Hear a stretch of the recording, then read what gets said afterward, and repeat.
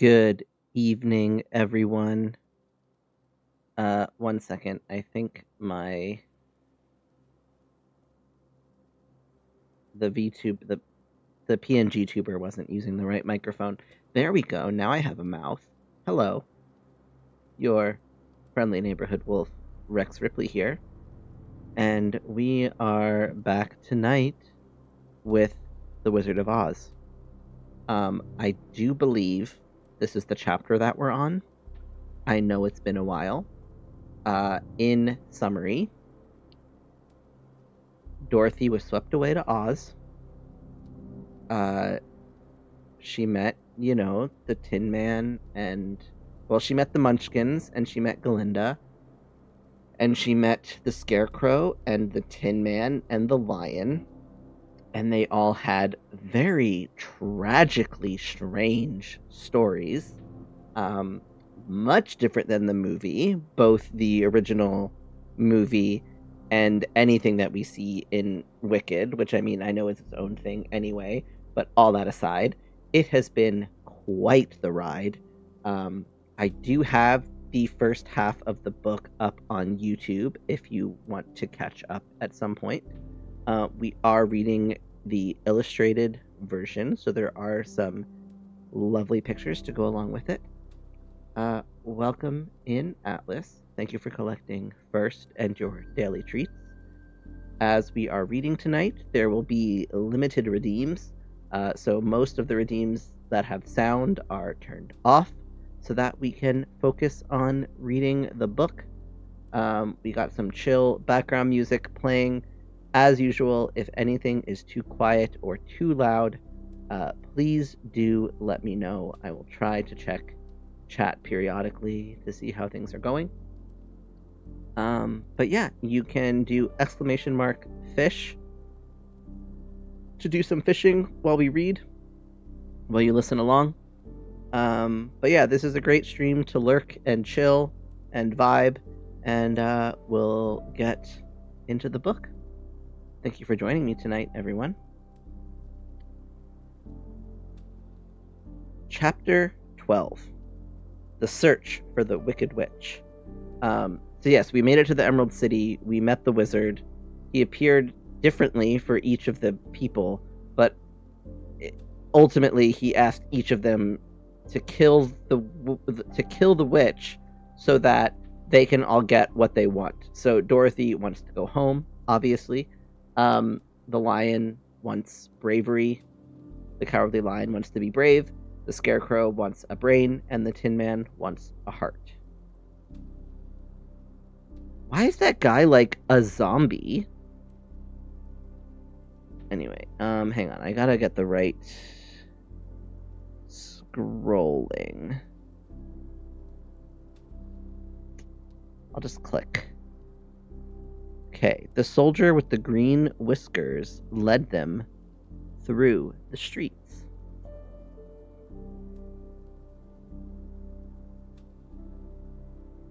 The soldier with the green whiskers led them through the streets of the Emerald City, until they reached the room where the guardian of the gates lived. This officer unlocked their spectacles to put them back in his great box, and then he politely opened the gate for our friends. "Which road leads to the Wicked Witch of the West?" asked Dorothy. "There is no road," answered the guardian of the gates. "No one ever wishes to go that way." "How, then, are we to find her?" inquired the girl. "That will be easy," replied the man. "For when she knows you are in the country of the Winkies, she will find you and make you all her slaves." "Perhaps not," said the Scarecrow, "for we mean to destroy her." "Oh, that is different," said the guardian of the gates. "No one has ever destroyed her before, so I naturally thought she would make slaves of you, as she has all the rest. But take care, for she is wicked and fierce, and may not allow you to destroy her. Keep to the west where the sun sets, and you cannot fail to find her." Sorry, I had to reduce the compulsion to sing the line from the song. They thanked him and bade him goodbye, and turned toward the west, walking over fields of soft grass dotted here and there with daisies and buttercups. Dorothy still wore the pretty silk dress she had put on in the palace, but now, to her surprise, she found it was no longer green, but pure white. The ribbon around Toto's neck had also lost its green color and was as white as Dorothy's dress. The Emerald City was soon left far behind. As they advanced, the ground became rougher and hillier, for there were no farms nor houses in this country of the West, and the ground was untilled. So I'm sus as fuck, because he gave them these green spectacles. Everyone in the Emerald City has to wear the green spectacles. That's even more suspicious. Like, is the Emerald City not even green? And everyone's just gaslit because they're wearing green glasses all the time? That's like even worse than any of the movies made it out to be. I mean, granted, this whole book has been worse than any of the movies made it out to be, so. And it's for children. In the afternoon, the sun shone hot in their faces, for there were no trees to offer them shade, so that before night, Dorothy and Toto and the lion were tired and lay down upon the grass and fell asleep, with the woodman and the scarecrow keeping watch. Now the Wicked Witch of the West had but one eye, yet that was as powerful as a telescope and could see everywhere. So as she sat in the door of her castle, she happened to look around and saw Dorothy lying asleep, with her friends all about her. They were a long distance off, but the Wicked Witch was angry to find them in her country. So she blew upon a silver whistle that hung around her neck. Sorry, Bo is demanding attention while I read, so she's shaking her head in anxiety, because I'm not petting her. At once there came running to her from all directions a pack of great wolves. They had long legs and fierce eyes and sharp teeth. "Go to those people," said the witch, "and tear them to pieces." "Are you not going to make them your slaves?" asked the leader of the wolves. "No," she answered. "One is of tin and one of straw. One is a girl, another a lion. None of them is fit to work, so you may tear them into small pieces." "Very well," said the wolf, and he dashed away at full speed, followed by the others. It was lucky the scarecrow and the woodman were wide awake and heard the wolves coming. "This is my fight," said the woodman, "so get behind me and I will meet them as they come." He seized his axe, which he had made very sharp, and as the leader of the wolves came on the tin woodman, and as the leader of the wolves came on, the tin woodman swung his arm and chopped the wolf's head from its body, so that it immediately died. He's very good at decapitating various animals. As soon as he could raise his axe, another wolf came up, and he also fell under the sharp edge of the tin woodman's weapon. There were 40 wolves, and 40 times a wolf was killed, so that at last they all lay dead in a heap before the woodman. Rip to the wolves. Then he put down his axe and sat beside the scarecrow, who said, "It was a good fight, friend." They waited until Dorothy awoke the next morning. The little girl was quite frightened when she saw the great pile of shaggy wolves, but the Tin Woodman told her all. She slept through all of that? All of it? I mean, she slept through a tornado, literally being inside the tornado, so this Dorothy is something else. She thanked him for saving them and sat down to breakfast, after which they started again upon their journey. Now this same morning the Wicked Witch came to the door of her castle, and looked out with her one eye that could see afar off. She saw all her wolves lying dead, and the strangers still traveling through her country. This made her angrier than before, and she blew her silver whistle twice. Straight away, a great flock of wild crows came flying toward her, enough to darken the sky. And the Wicked Witch said to the King Crow, "Fly at once to the strangers, peck out their eyes, and tear them to pieces." The wild crows flew in one great flock toward Dorothy and her companions. When the little girl saw them coming, she was afraid, but the Scarecrow said, "This is my battle, so lie down beside me, and you will not be harmed." So they all lay upon the ground except the Scarecrow, and he stood up and stretched out his arms. And when the crows saw him, they were frightened, as these birds always are by scarecrows, and did not dare to come any nearer. But the King Crow said, "It is only a stuffed man. I will peck his eyes out." The King Crow flew at the Scarecrow, who caught it by the head and twisted its neck until it died. And then another crow flew at him, and the Scarecrow twisted its neck also. There were 40 crows, and 40 times the Scarecrow twisted a neck, until at last all were lying dead beside him. Then he called to his companions to rise, and again they went upon their journey.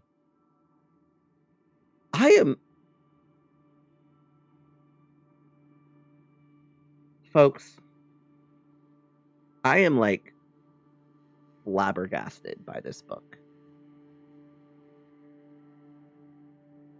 Just,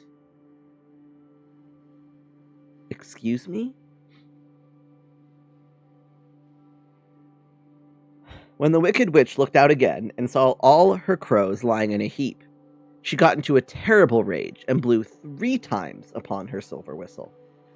Forthwith, there was heard a great buzzing in the air, and a swarm of black bees came flying towards her. It really is, Yoda, it really is. "Go to the strangers and sting them to death," commanded the witch, and the bees turned and flew rapidly until they came to where Dorothy and her friends were walking. But the woodman had seen them coming, and the Scarecrow had decided what to do. "Take out my straw and scatter it over the little girl and the dog and the lion," he said to the woodman, "and the bees cannot sting them." This the woodman did, and as Dorothy lay close beside the lion and held Toto in her arms, the straw covered them entirely. The bees came and found no one but the woodman to sting, so they flew at him and broke off all their stings against the tin without hurting the woodman at all. And as bees cannot live when their stings are broken, that was the end of the black bees, and they lay scattered thick about the woodman, like little heaps of fine coal. Then Dorothy and the lion got up, and the girl helped the Tin Woodman put the straw back into the Scarecrow again, until he was as good as ever, so they started upon their journey once more. The Wicked Witch was so angry when she saw her black bees in little heaps like fine coal that she stamped her foot and tore her hair and gnashed her teeth. And then she called a dozen of her slaves, who were the Winkies, and gave them sharp spears, telling them to go to the strangers and destroy them. The Winkies were not a brave people, but they had to do as they were told, so they marched away until they came near to Dorothy. Then the lion gave a great roar and sprang toward them, and the poor Winkies were so frightened that they ran back as fast as they could. When they returned to the castle, the Wicked Witch beat them well with a strap and sent them back to their work, after which she sat down to think what she should do next. She could not understand how all her plans to destroy these strangers had failed, but she was a powerful witch as well as a wicked one, and she soon made up her mind how to act. There was, in her cupboard, a golden cap with a circle of diamonds and rubies running around it. This golden cap had a charm. Whoever owned it could call 3 times upon the winged monkeys, who would obey any order they were given. But no person could command these strange creatures more than 3 times. Twice already the Wicked Witch had used the charm of the cap. Once was when she had made the Winkies her slaves and set herself to rule over their country. The winged monkeys had helped her do this. The second time was when she had fought against the Great Oz himself and driven him out of the land of the West. The winged monkeys had also helped her in doing this. Only once more could she use this golden cap, for which reason she did not like to do so until all her other powers were exhausted. But now that her fierce wolves and her wild crows and her stinging bees were gone, and her slaves had been scared away by the cowardly lion, she saw there was only one way left to destroy Dorothy and her friends. So the Wicked Witch took the golden cap from her cupboard and placed it upon her head. Then she stood upon her left foot and said slowly, "Epe pepe kake." Next, she stood upon her right foot and said, "Hilo hole hello." After this, she stood upon both feet and cried in a loud voice, "Zizzy zoozy zeek." Now, the charm began to work. The sky was darkened, and a low rumbling sound was heard in the air. There was a rushing of many wings, a great chattering and laughing, and the sun came out of the dark sky to show the Wicked Witch surrounded by a crowd of monkeys, each with a pair of immense and powerful wings on his shoulders. One, much bigger than the others, seemed to be their leader. He flew close to the witch and said, "You have called us for the 3rd and last time. What do you command?" "Go to the strangers who are within my land and destroy them all except the lion," said the Wicked Witch. "Bring that beast to me, for I have a mind to harness him like a horse and make him work." "Your commands shall be obeyed," said the leader, and then with a great deal of chattering and noise, The winged monkeys flew away to the place where Dorothy and her friends were walking. Give me 1 second, folks. Bo wants to go outside, and I will go let her out. So I will be right back.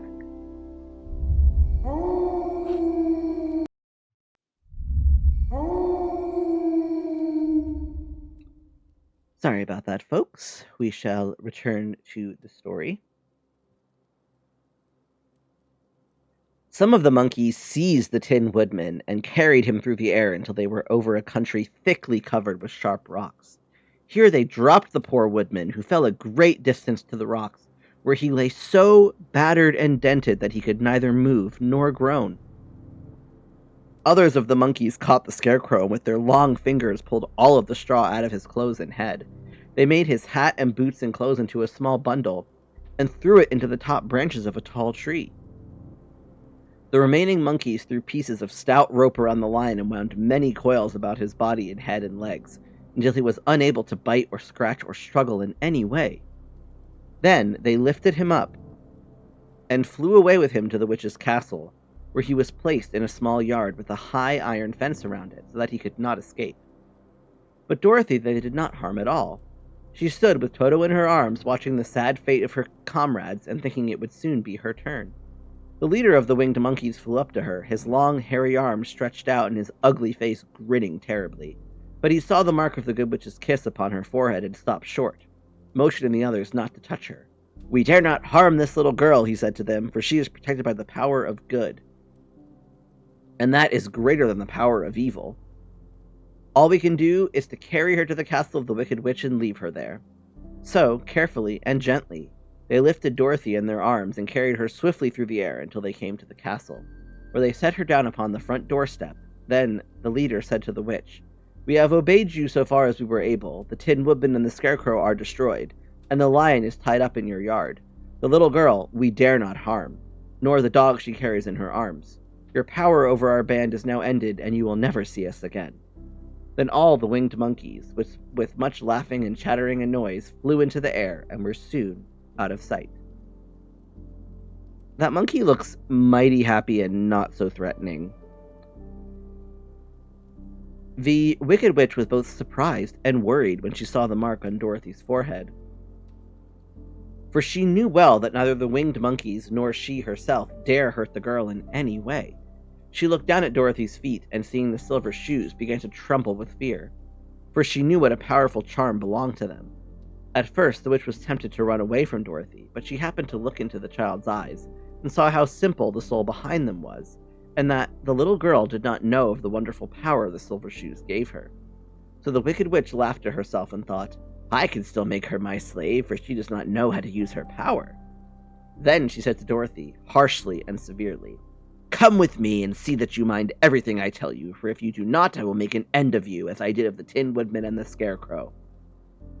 Dorothy followed her through many of the beautiful rooms in her castle until they came to the kitchen, where the witch bade her clean the pots and kettles and sweep the floor and keep the fire fed with wood. Dorothy went to work meekly, with her mind made up to work as hard as she could, for she was glad the Wicked Witch had decided not to kill her. With Dorothy hard at work, the witch thought she would go into the courtyard and harness the Cowardly Lion like a horse. It would amuse her, she was sure, to make him draw her chariot whenever she wished to go to drive. But as she opened the gate, the lion gave a loud... 1 second, there's a picture.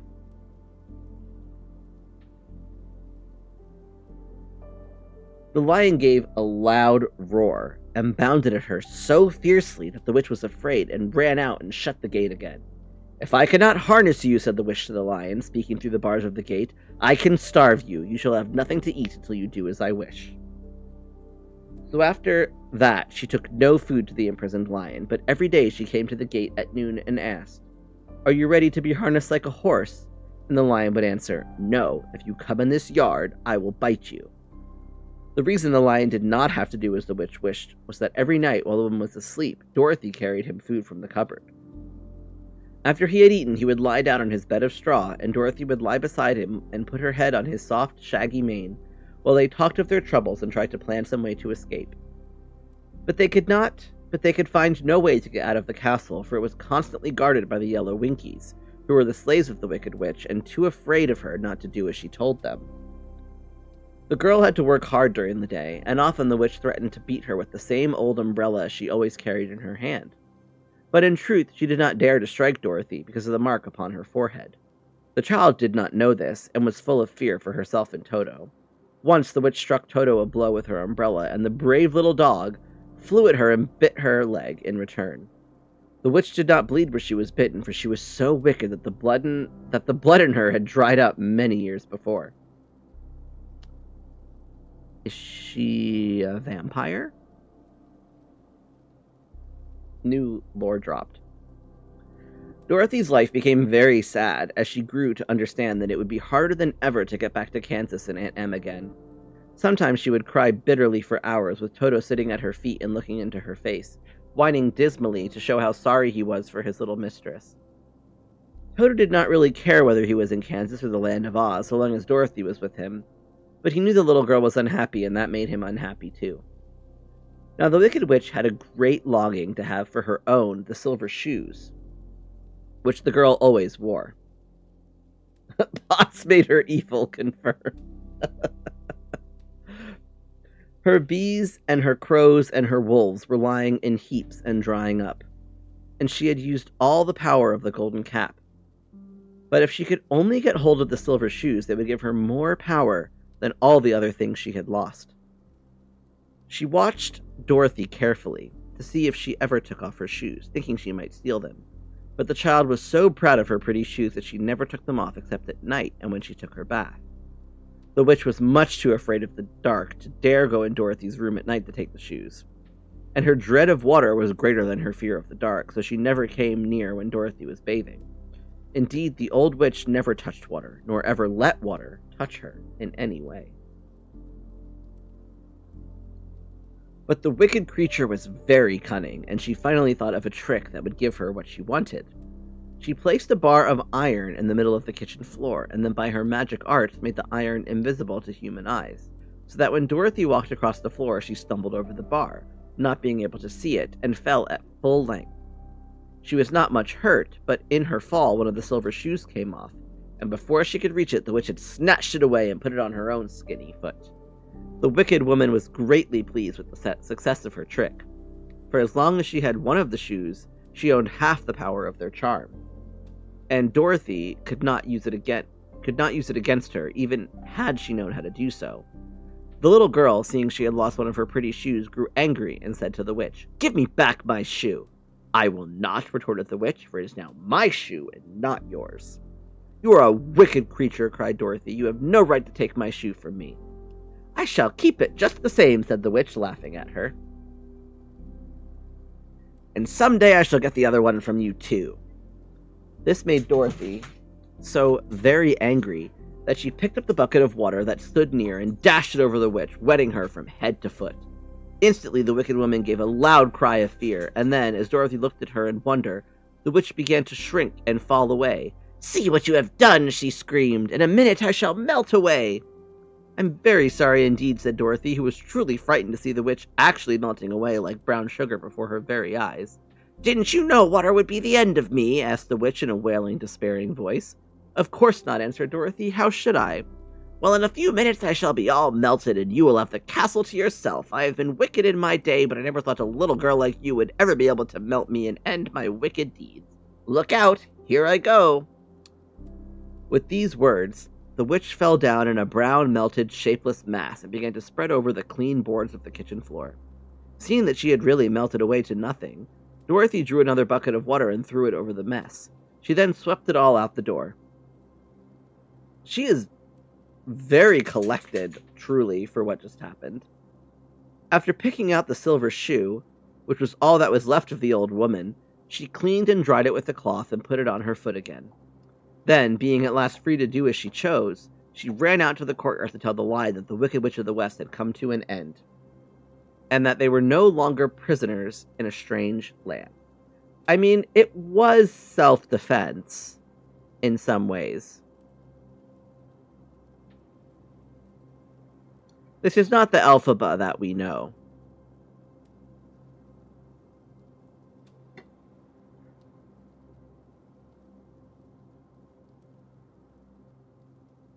Chapter 13.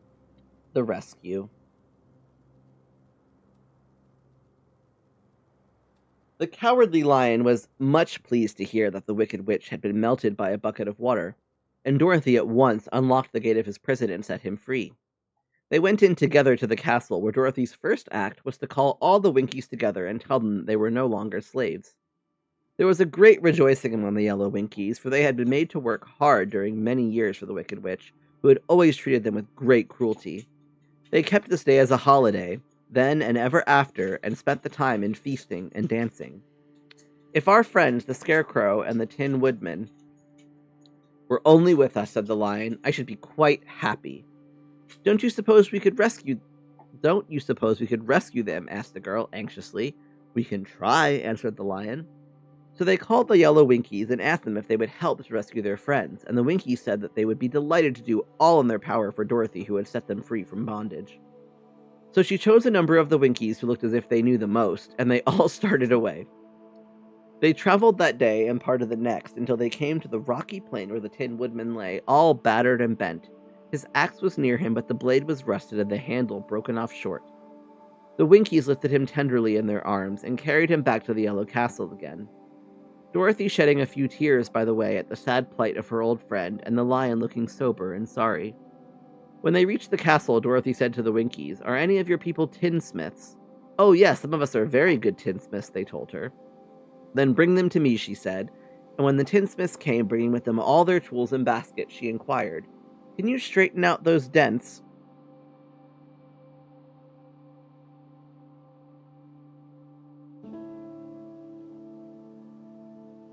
"In the Tin Woodman, and bend him back into shape again, and solder him together where he is broken?" The tinsmiths looked the Woodman over carefully, and then answered that they thought they could mend him so he would be as good as ever. So they set to work in one of the big yellow rooms of the castle and worked for 3 days and 4 nights, hammering and twisting and bending and soldering and polishing and pounding at the legs and body and head of the Tin Woodman, until at last he was straightened out into his old form, and his joints worked as well as ever.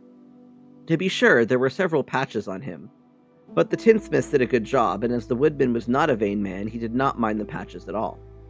When at last he walked into Dorothy's room and thanked her for rescuing him, he was so pleased that he wept tears of joy, and Dorothy had to wipe every tear carefully from his face with her apron, so his joints would not be rusted. At the same time, her own tears fell thick and fast at the joy of meeting her old friend again, and those tears did not need to be wiped away. As for the Lion, he wiped his eyes so often with the tip of his tail that it became quite wet, and he was obliged to go out into the courtyard and hold it in the sun till it dried. "If we only had the Scarecrow with us again," said the Tin Woodman, when Dorothy had finished telling him everything that had happened, "I should be quite happy." "We must try to find him," said the girl. So she called the Winkies to help her, and they walked all that day and part of the next until they came to the tall tree in the branches, of which the winged monkeys had tossed the Scarecrow's clothes. It was a very tall tree, and the trunk was so smooth that no one could climb it, but the Woodman said at once, "I'll chop it down, and then we can get the Scarecrow's clothes." Now, while the tinsmiths had been at work mending the Woodman himself, another of the Winkies, who was a goldsmith, had made an axe handle of solid gold, and fitted it to the Woodman's axe, instead of the old broken handle. Others polished the blade until all the rust was removed and it glistened like burnished silver. As soon as he had spoken, the Tin Woodman began to chop, and in a short time the tree fell over with a crash, when the Scarecrow's clothes fell out of the branches and rolled off on the ground. Dorothy picked them up and had the Winkies carry them back to the castle, where they were stuffed with nice, clean straw, and behold, here was the Scarecrow, as good as ever, thanking them over and over again for saving him. Now they were reunited. Dorothy and her friends spent a few happy days at the Yellow Castle, where they found everything they needed to make them comfortable. But one day, the girl thought of Aunt Em and said, "We must go back to Oz and claim his promise." "Yes," said the Woodman, "at last I shall get my heart, and I shall get my brains," out of the Scarecrow joyfully. "And I shall get my courage," said the Lion thoughtfully. "And I shall get back to Kansas," cried Dorothy, clapping her hands. "Oh, let us start from the Emerald City tomorrow." This they decided to do. The next day, they called the Winkies together and bade them goodbye. The Winkies were sorry to have them go, and they had grown so fond of the Tin Woodman that they begged him to stay and rule over them in the Yellow Land of the West. Finding they were determined to go, the Winkies gave Toto and the Lion each a golden collar, and to Dorothy they presented a beautiful bracelet studded with diamonds. Damn, she's going home rich. And to the Scarecrow they gave a gold-headed walking stick to keep him from stumbling, and to the Tin Woodman they offered a silver oil can inlaid with gold and set with precious jewels. Every one of the travelers made the Winkies a pretty speech in return, and all shook hands with them until their arms ached. Dorothy went to the witch's cupboard to fill her basket with food for the journey, and there she saw the golden cap. She tried it on her own head and found that it fitted her exactly. She did not know anything about the charm of the golden cap, but she saw that it was pretty, so she made up her mind to wear it and carry her sunbonnet in the basket. Then, being prepared for the journey, they all started for the Emerald City, and the Winkies gave them 3 cheers and many good wishes to carry with them. Chapter 14. The Winged Monkeys. You'll remember there was no road, not even a pathway, between the castle of the Wicked Witch and the Emerald City. When the 4 travelers went in search of the witch, she had seen them coming, and so sent the winged monkeys to bring them to her. It was much harder to find their way back through the big fields of buttercups and yellow daisies than it was being carried. They knew, of course, they must go straight east toward the rising sun. And they started off in the right way.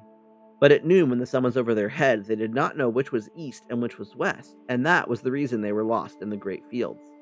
They kept on walking, however, and at night the moon came out and shone brightly. So they lay down among the sweet-smelling yellow flowers and slept soundly until morning, all but the Scarecrow and the Tin Woodman. The next morning, the sun was behind a cloud, but they started on as if they were quite sure which way they were going. "If we walk far enough," said Dorothy, "we shall sometime come to some place, I am sure." That is typically how walking works, Dorothy. But day by day passed away, and they still saw nothing before them but the yellow fields. The Scarecrow began to grumble a bit. "We have surely lost our way," he said, "and unless we find it again in time to reach the Emerald City, I shall never get my brains." "Nor I my heart," declared the Tin Woodman. "It seems to me I can scarcely wait till I get to Oz, and you must admit this is a very long journey." "You see," said the Cowardly Lion with a whimper, "I haven't the courage to keep tramping forever without getting anywhere at all." Then Dorothy lost heart.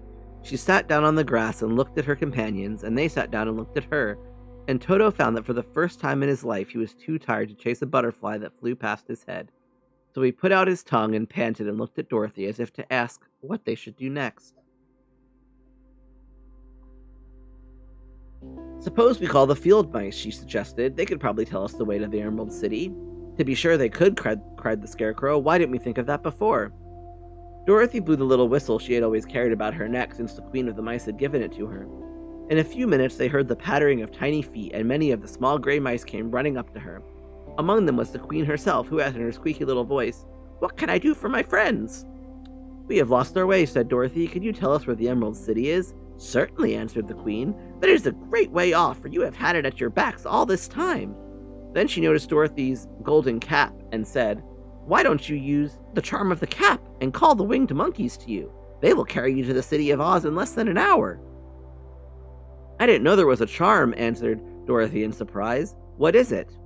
"It is written inside the golden cap," replied the Queen of the Mice, "but if you are going to call the winged monkeys, we must run away, for they are full of mischief and think it great fun to plague us."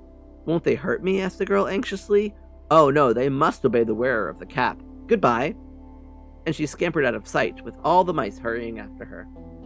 Dorothy looked inside the golden cap and saw some words written upon the lining.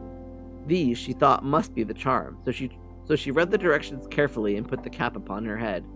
"Epe, pepe, kake," she said, standing on her left foot. "What did you say?" asked the Scarecrow, who did not know what she was doing. "Hilo, holo, hello," Dorothy went on, standing this time on her right foot. "Hello," replied the Tin Woodman, calmly.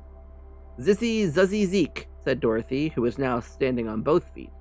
This ended the saying of the charm, and they heard a great chattering and flapping of wings.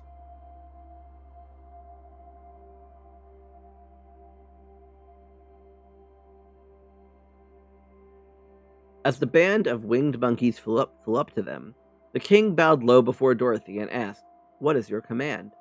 "We wish to go to the Emerald City," said the child, "and we have lost our way." "We will carry you," replied the king, and no sooner had he spoken than two of the monkeys caught Dorothy in their arms and flew away with her. Others took the Scarecrow and the Woodman and the Lion, and one little monkey seized Toto and flew after them, although the dog tried hard to bite him. The Scarecrow and the Tin Woodman were rather frightened at first, for they remembered how badly the winged monkeys had treated them before. But they saw that no harm was intended, so they rode through the air quite cheerfully and had a fine time looking at the pretty gardens and woods far below them. Dorothy found herself riding easily between two of the biggest monkeys, one of them the king himself. They had made a chair of their hands and were careful not to hurt her. "Why do you have to obey the charm of the golden cap?" she asked. "That is a long story," answered the king with a laugh, "but as we have a long journey before us, I will pass the time by telling you about it, if you wish." "I shall be glad to hear it," she replied. "Once," began the leader, "we were a free people, living happily in the great forest, flying from tree to tree, eating nuts and fruit, and doing just as we pleased without calling anybody master. Perhaps some of us were rather too full of mischief at times, flying down to pull the tails of the animals that had no wings, chasing birds and throwing nuts at the people who walked in the forest. But we were careless and happy and full of fun, and enjoyed every minute of the day. This was many years ago, long before Oz came out of the clouds to rule over this land. There lived here then, away at the north, a beautiful princess who was also a powerful sorceress. All her magic was used to help the people, and she was never known to hurt anyone who was good. Her name was Gaylette, and she lived in a handsome palace built from great blocks of ruby. Everyone loved her, but her greatest sorrow was that she could find no one to love in return, since all the men were much too stupid and ugly to mate with one so beautiful and wise. At last, however, she found a boy who was handsome and manly and wise beyond his years. Gaylette made up her mind that when he grew to be a man, she would make him her husband. So she took him to her ruby palace and used all her magic powers to make him as strong and good and lovely as any woman could wish. So, you know what? Never mind. We're not going to get into the ethical matter of this. We're just reading this book. But I think you all know what is happening here. When he grew to manhood, Kaylala, as he was called, was said to be the best and wisest man in all the land, while his manly beauty was so great that Gaylette loved him dearly and hastened to make everything ready for the wedding. My grandfather was at that time the king of the winged monkeys, which lived in the forest near Gaylette's palace. And the old fellow loved a joke better than a good dinner. One day, just before the wedding, my grandfather was flying out with his band when he saw Kaylala walking beside the river. He was dressed in a rich costume of pink silk and purple velvet, and my grandfather thought he would see what he could do. At his word, the band flew down and seized Kaylala, carried him in their arms until they were over the middle of the river, and then dropped him into the water. "Swim out, my fine fellow," cried my grandfather, "and see if the water has spotted your clothes." Kaylala was much too wise not to swim, and he was not in the least spoiled by all his good fortune. He laughed when he came to the top of the water and swam into shore. But when Gaylette came running out to him, she found his silks and velvet all ruined by the river. The princess was very angry, and she knew, of course, who had done it. She had all the winged monkeys brought before her, and she said at first that their wings should be tied, and they should be treated as they had treated Kaylala and dropped in the river. But my grandfather pleaded hard, for he knew the monkeys would drown in the river with their wings tied, and Kaylala said a kind word for them also, so that Gaylette finally spared them, on condition that the winged monkeys should ever after do 3 times the bidding of the owner of the golden cap. This cap had been made for a wedding present to Kaylala, and it is said to have cost the princess half her kingdom. Of course, my grandfather and all the other monkeys at once agreed to the condition, and that is how it happens that we are 3 times the slaves of the owner of the golden cap, whomsoever he may be. "And what became of them?" asked Dorothy, who had been greatly interested in the story. "Kaylala, being the first owner of the golden cap," replied the monkey. "He was the first to lay his wishes upon us. As his bride could not bear the sight of us, he called us all to him in the forest after he had married her, and ordered us to always keep where she could never again set eyes on a winged monkey, which we were glad to do, for we were all afraid of her.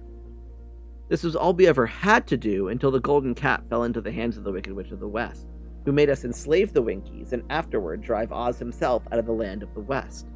Now the golden cap is yours, and 3 times you have the right to lay your wishes upon us." As the Monkey King finished his story, Dorothy looked down and saw the green, shining walls of the Emerald City before them. She wondered at the rapid flight of the monkeys, but was glad the journey was over. The strange creatures set the travelers down carefully before the gate of the city. The king bowed low to Dorothy, and then flew swiftly away, followed by all his band. "That was a good ride," said the little girl. "Yes, and a quick way out of our troubles," replied the lion. "How lucky it was you brought away that wonderful cap."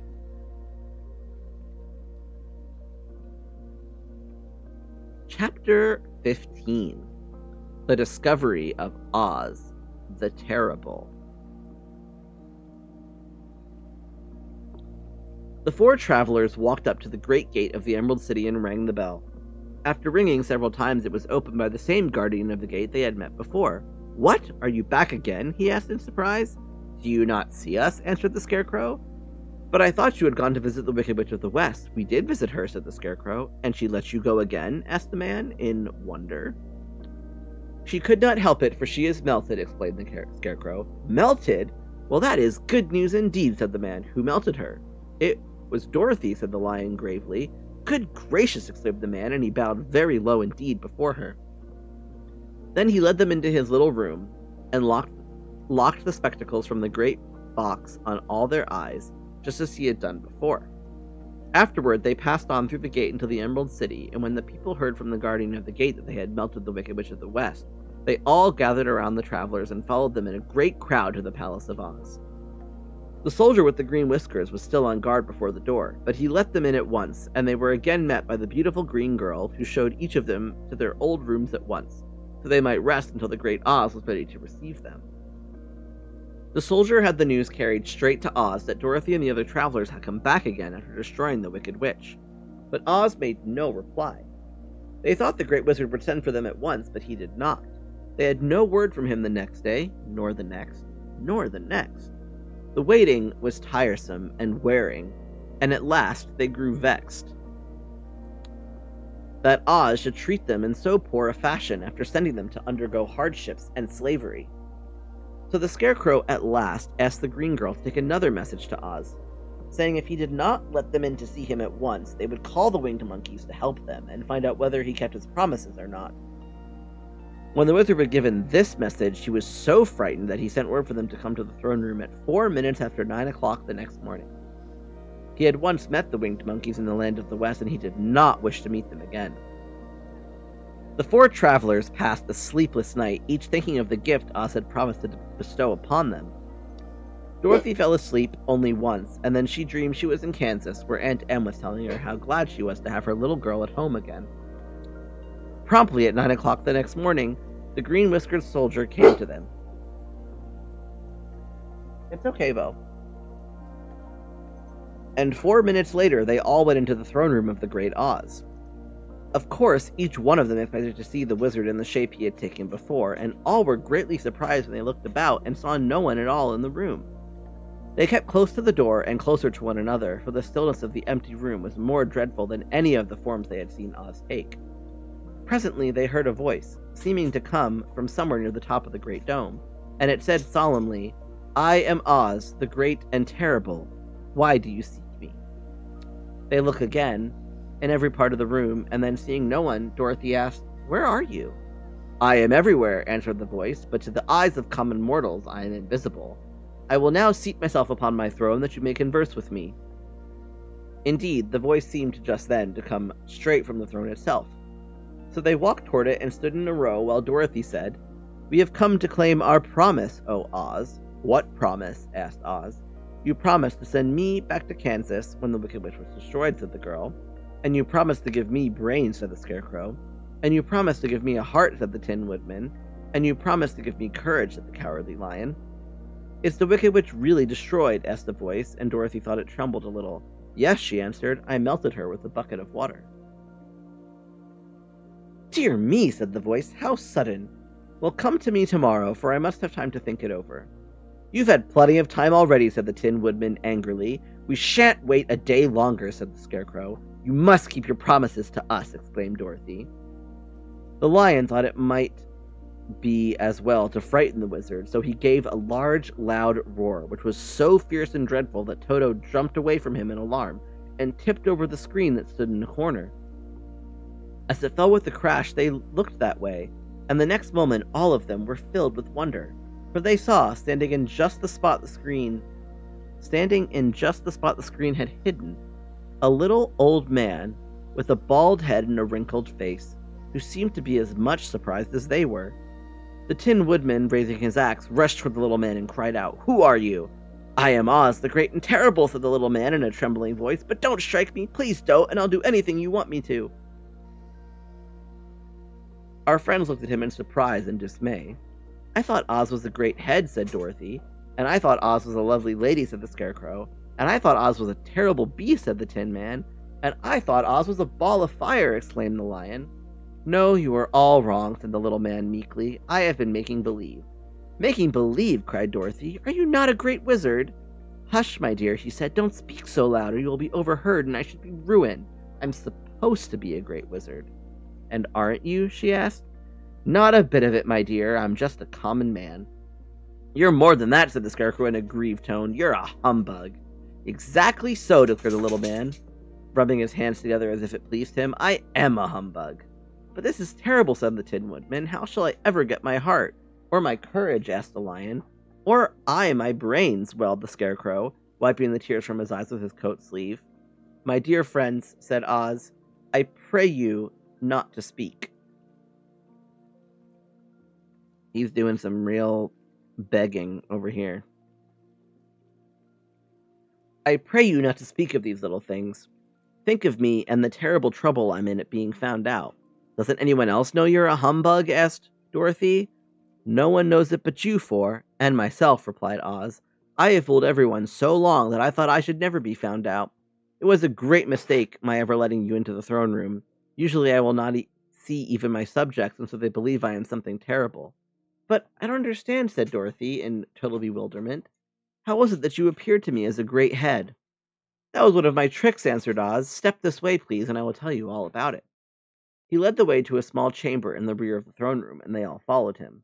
He pointed to one corner, in which lay the great head, made out of many thicknesses of paper, and with a carefully painted face.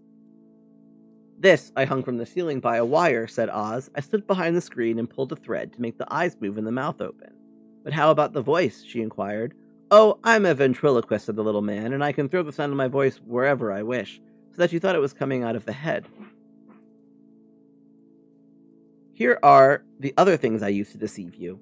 He showed the Scarecrow the dress and the mask he had worn when he seemed to be the lovely lady, and the Tin Woodman saw that his terrible beast was nothing but a lot of skin sewn together with slats to keep their sides out.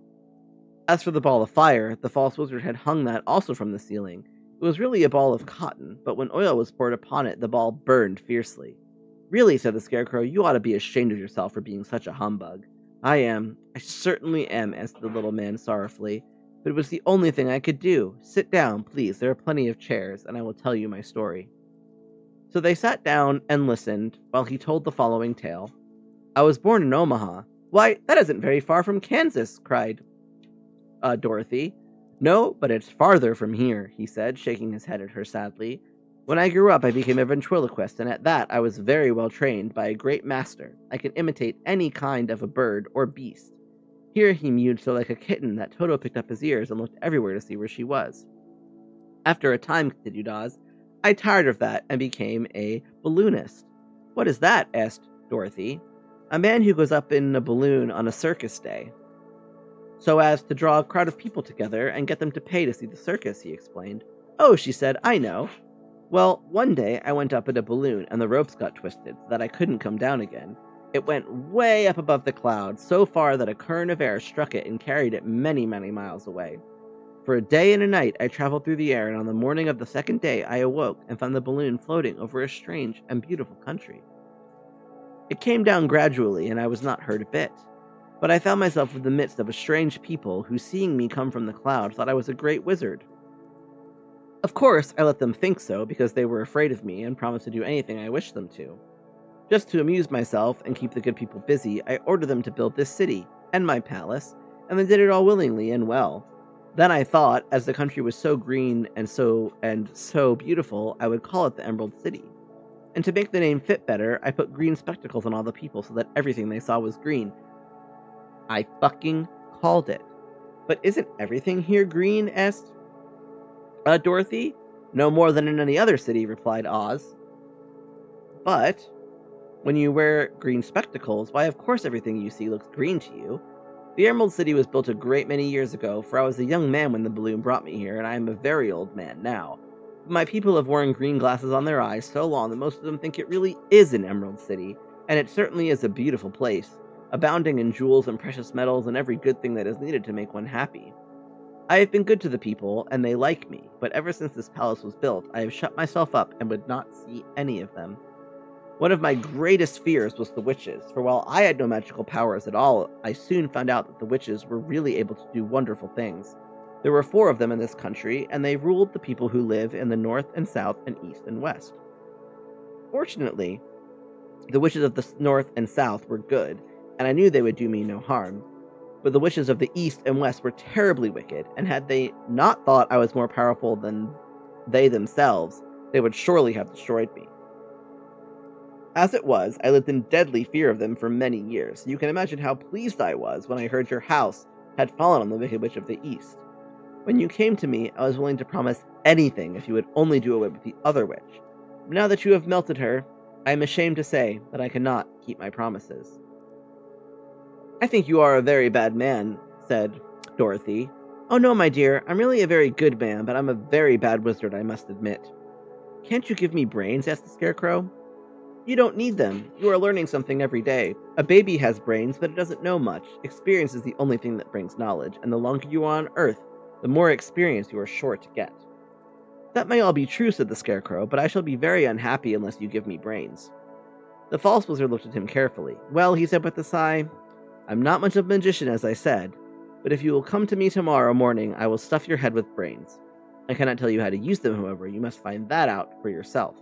Oh, thank you, cried the Scarecrow. I'll find a way to use them, never fear. But how about my courage? Asked the Lion anxiously. You have plenty of courage, I am sure, answered Oz. All you need is confidence in yourself. There is no living thing that is not afraid when it faces danger. True courage is in facing danger when you are afraid, and that kind of courage you have in plenty. Perhaps I have, but I'm scared just the same, said the Lion. I shall really be very unhappy unless you give me the sort of courage that makes one forget he is afraid. Very well, I will give you that sort of courage tomorrow, replied Oz. How about my heart? Asked the Tin Woodman. Why, as for that, answered Oz, I think you are wrong to want a heart. It makes most people unhappy. If you only knew it, you are in luck not to have a heart. That must be a matter of opinion, said the Tin Woodman. For my part, I will bear all the unhappiness without a murmur if you will give me the heart. Very well, answered Oz meekly. Come to me tomorrow and you shall have a heart. I have played wizard for so many years that I may as well continue the part a little longer. And now, said Dorothy, how am I to get back to Kansas? We shall have to think about that, replied the little man. Give me 2 or 3 days to consider the matter, and I'll try to find a way to carry you over the desert. In the meantime, you shall all be treated as my guests. And while you live in the palace, my people will wait upon you and obey your slightest wish. There is only one thing I ask in return for my help, such as it is. You must keep my secret and tell no one I am a humbug. They agreed to say nothing of what they had learned, and went back to their rooms in high spirits. Even Dorothy had hoped that the great and terrible humbug, as she called him, would find a way to send her back to Kansas, and if he did that, she was willing to forgive him everything. That might be a little bit too forgiving, Dorothy, but, you know. We have ads in about a minute, so we have reached a perfect breaking point. We will come back to Chapter 16 once the ads have run. Thanks, everyone. Get a drink, take a break, go to the bathroom, do some self-care, and we'll be back very soon.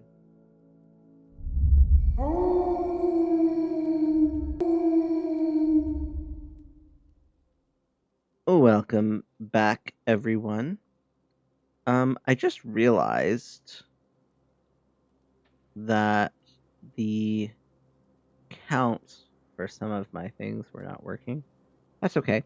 I just wanted to update about the push-up challenge. We are at 1,650 push-ups, and tomorrow is a 200 push-up day, and then the final push is the last day. We're almost there. And we have 350 push-ups to go.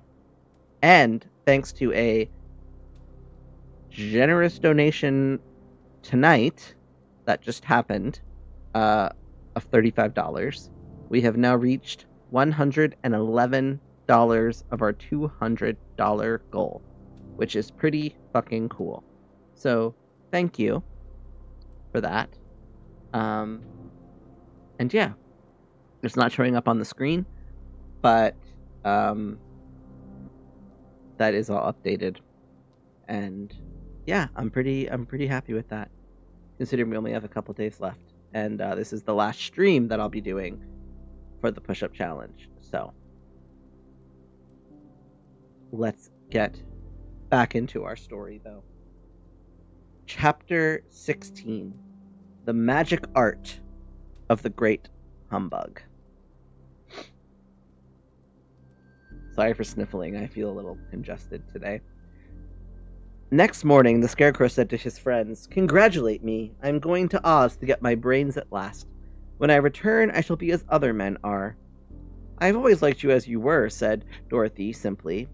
"It is kind of you to like a Scarecrow," he replied, "but surely you will think more of me when you hear the splendid thoughts my new brain is going to turn out." Then he said goodbye to them all in a cheerful voice and went to the throne room, where he rapped upon the door. "Come in," said Oz. The Scarecrow went in and found the little man sitting down by the window, engaged in deep thought. "I have come for my brains," remarked the Scarecrow a little uneasily. "Oh yes, sit down in that chair, please," replied Oz. "You must excuse me for taking your head off, but I shall have to do it in order to put your brains in their proper place." "That's all right," said the Scarecrow. "You are quite welcome to take my head off, as long as it will be a better one than when you put it on again."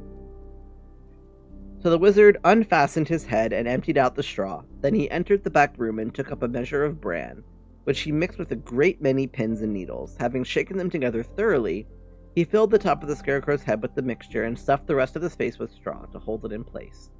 When he had fastened the Scarecrow's head on his body again, he said to him, "Hereafter you will be a great man, for I have given you a lot of brand new brains." Ah, so he's a pun. He's a pun man. The Scarecrow was both pleased and proud at the fulfillment of his greatest wish, and having thanked Oz warmly, he went back to his friends. Dorothy looked at him curiously. His head was quite bulging out at the top with brains. "How do you feel?" she asked. "I feel wise indeed," he answered earnestly. "When I get used to my brains, I shall know everything." "Why are those needles and pins sticking out of your head?" asked the Tin Woodman. "That is proof that he is sharp," remarked the Lion. "Well, I must go to Oz and get my heart," said the Woodman. So he walked to the throne room and knocked at the door. "Come in," called Oz, and the Woodman entered and said, "I have come for my heart." "Very well," answered the little man, "but I shall have to cut a hole in your breast so I can put your heart in the right place. I hope it won't hurt you." "Oh no," answered the Woodman, "I shall not feel it at all." So Oz brought a pair of tinner's shears and cut a small square hole in the left side of the Tin Woodman's breast. Then going to a chest of drawers, he took out a pretty heart made entirely of silk and stuffed with sawdust. "Isn't it a beauty?" he asked. "It is indeed," replied the Woodman, who was greatly pleased. "But is it a kind heart?" "Oh, very," answered Oz. He put the heart in the Woodman's breast and then replaced the square of tin, soldering it neatly together where it had been cut. "There," he said, "now you have a heart that any man might be proud of. I'm sorry I had to put a patch on your breast, but it really couldn't be helped." "Never mind the patch," exclaimed the happy Woodman. "I am very grateful to you and shall never forget your kindness." "Don't speak of it," replied Oz. Then the Tin Woodman went back to his friends, who wished him every joy on account of his good fortune. The Lion now walked to the throne room and knocked at the door. "Come in," said Oz. "I have come for my courage," announced the Lion, entering the room. "Very well," answered the little man. I will get it for you." He went to a cupboard and, reaching up to a high shelf, took down a square green bottle, the contents of which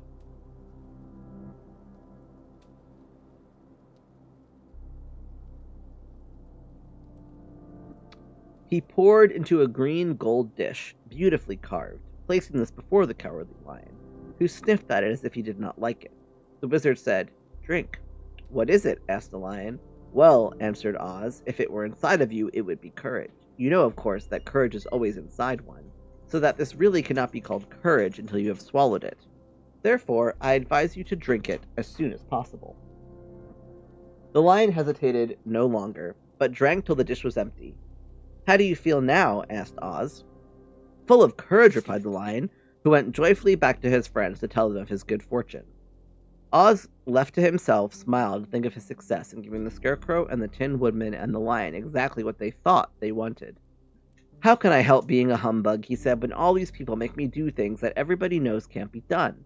It was easy to make the Scarecrow and the Lion and the Woodman happy because they imagined I could do anything.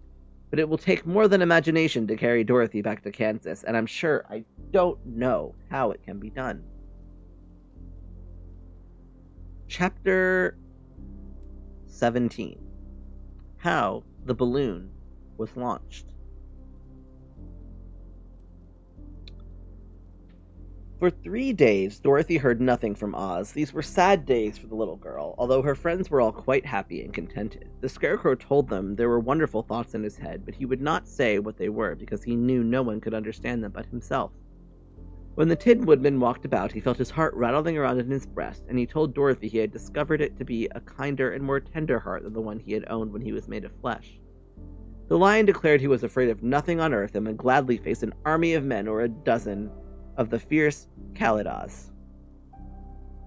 Thus, each of the little party was satisfied, except Dorothy, who longed more than ever to get back to Kansas.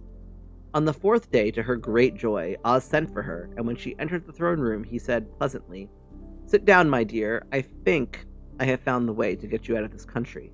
"And back to Kansas?" she asked eagerly. "Well, I'm not sure about Kansas," said Oz, "for I haven't the faintest notion which way it lies. But the first thing to do is to cross the desert, and then it should be easy to find your way home." "How can I cross the desert?" she inquired. "Well, I'll tell you what I think," said the little man. "You see, when I came to this country, it was in a balloon. You also came through the air, being carried by a cyclone. So I believe the best way to get across the desert will be through the air. Now, it is quite beyond my powers to make a cyclone, but I've been thinking the matter over, and I believe I can make a balloon." "How?" asked Dorothy. "A balloon," said Oz, "is made of silk, which is coated with glue to keep the gas in it. I have plenty of silk in the palace, so it will be no trouble for us to make the balloon. But in all this country there is no gas to fill the balloon with to make it float." "If it won't float," remarked Dorothy, "it will be of no use to us." "True," answered Oz, "but there is another way to make it float, which is to fill it with hot air. Hot air isn't as good as gas, for if the air should get cold, the balloon would come down in the desert, and we should be lost." "We!" exclaimed the girl. "Are you going with me?" "Yes, of course," replied Oz. "I am tired of being such a humbug. If I should go out of this palace, my people would soon discover I am not a wizard, and then they would be vexed with me for having deceived them. So I have to stay shut up in these rooms all day, and it gets tiresome. I'd much rather go back to Kansas with you and be in a circus again." "I shall be glad to have your company," said Dorothy. "Thank you," he answered. "Now, if you will help me sew the silk together, we will begin to work on our balloon." So Dorothy took a needle and thread, and as fast as Oz cut the strips of silk into proper shape, the girl sewed them neatly together. First there was a strip of light green silk, then a strip of dark green, and then a strip of emerald green. For Oz had a fancy to make the balloon in different shades of the color about them. It took 3 days to sew all the strips together, but when it was finished they had a big bag of green silk more than 20 feet long. Then Oz painted it on the inside with a coat of thin glue to make it airtight, after which he announced that the balloon was ready. "But we must have a basket to ride in," he said, so he sent the soldier with the green whiskers for a big clothes basket, which he fastened with many ropes to the bottom of the balloon. When it was all ready, Oz sent word to his people that he was going to make a visit to a great brother wizard who lived in the clouds. The news spread rapidly throughout the city, and everyone came to see the wonderful sight. Oz ordered the balloon carried out in front of the palace, and the people gazed upon it with much curiosity. The Tin Woodman had chopped a big pile of wood, and now he made a fire of it. And Oz held the bottom of the balloon over the fire so that the hot air that arose from it would be caught in the silken bag. Gradually, the balloon swelled out and rose into the air until finally the basket just touched the ground. Then Oz got into the basket and said to all the people in a loud voice, "I am now going away to make a visit. While I am gone, the Scarecrow will rule over you. I command you to obey him as you would me."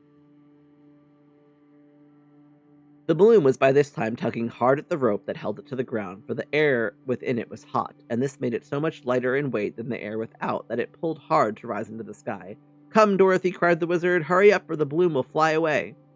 "I can't find Toto anywhere," replied Dorothy, who did not wish to leave her little dog behind. Toto had run into the crowd to bark at a kitten, and Dorothy at last found him. She picked him up and ran toward the balloon. She was within a few steps of it, and Oz was holding out his hands to help her into the basket when crack went the ropes, and the balloon rose into the air without her. "Come back!" she screamed. "I want to go too!" "I can't come back, my dear," called Oz from the basket. "Goodbye!" "Goodbye!" shouted everyone, and all eyes were turned upward to where the Wizard was riding in the basket, rising every moment farther and farther into the sky. And that was the last any of them ever saw of Oz, the Wonderful Wizard, though he may have reached Omaha safely and be there now for all we know. But the people remembered him lovingly and said to one another, "Oz was always our friend. When he was here, he built for us this beautiful Emerald City, and now he is gone, he has left the wise Scarecrow to rule over us." Still, for many days they grieved over the loss of the Wonderful Wizard and would not be comforted. Chapter 18.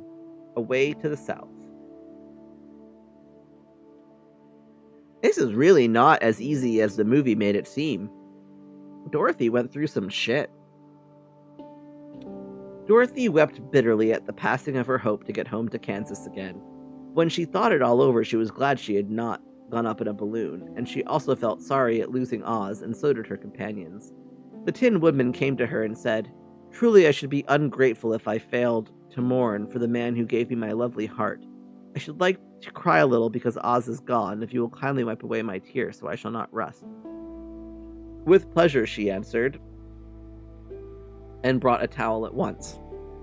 Then the Tin Woodman wept for several minutes, and she washed the tears carefully and wiped them away with the towel. When he had finished, he thanked her kindly and oiled himself thoroughly with his jeweled oil can to guard against mishap. The Scarecrow was now the ruler of the Emerald City, and although he was not a wizard, the people were proud of him. For, they said, there is not another city in all the world that is ruled by a stuffed man. And so far as they knew, they were quite right. The morning after the balloon had gone up with Oz, the four travelers met in the throne room and talked matters over. The Scarecrow sat in the big throne, and the others stood respectfully before him. "We are not so unlucky," said the new ruler, "for this palace and the Emerald City belong to us, and we can do just as we please. When I remember that a short time ago I was up on a pole in a farmer's cornfield, and that I am now the ruler of this beautiful city, I am quite satisfied with my lot." "I also," said the Tin Woodman, "am well pleased with my new heart, and really that was the only thing I wished in all the world. For my part, I am content in knowing I am as brave as any beast that ever lived, if not braver," said the Lion, modestly. "If Dorothy would only be contented."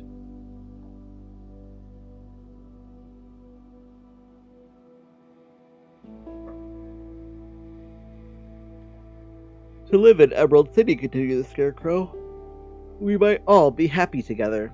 "But I don't want to live here," cried Dorothy. "I want to go to Canvas. Canvas?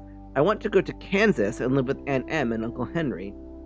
"Well then, what can be done?" inquired the Woodman. The Scarecrow decided to think, and he thought so hard that the pins and needles began to stick out of his brains. Finally, he said, "Why not call the Winged Monkeys and ask them to carry you over the desert?" "I never thought of that," said Dorothy joyfully. "It's just the thing. I'll go at once for the golden cap." When she brought it into the throne room, she spoke the magic words, and soon the band of winged monkeys flew in through an open window and stood beside her. "This is the second time you have called us," said the Monkey King, bowing before the little girl. "What do you wish?" "I want you to fly with me to Kansas," said Dorothy, but the Monkey King shook his head. "That cannot be done," he said. "We belong to this country alone and cannot leave it. There has never been a winged monkey in Kansas yet, and I suppose there never will be, for they don't belong there. We shall be glad to serve you in any way in our power, but we cannot cross the desert. Goodbye." And with another bow, the Monkey King spread his wings and flew far away through the window, followed by all his band. Dorothy was almost ready to cry with disappointment.